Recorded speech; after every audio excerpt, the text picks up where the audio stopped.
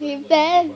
Flood of calls about late or inaccurate bills. Last year, it took an average of 10 minutes to speak by phone with a human representative. Last month, it was closer to 25 minutes. The DWP says things are getting better, but it could take 2 years before the software is fully functional.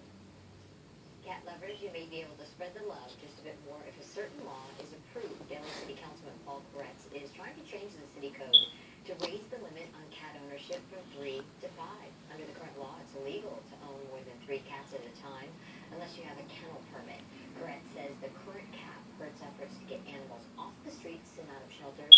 The proposal requires that all cats be kept indoors. Okay, time 7:35 this morning. I got a little nervous when just a few moments ago, Allie said, "Hello, lover." Wasn't it for you? Thank goodness. Thank When I said, "Here's Allie," and she said, "Hello, lover." She, Wait a minute. she was referring to one of the beautiful cars that will be on auction block. She is crazy about the cars. I mean, the usual bitter, angry Allie is not here.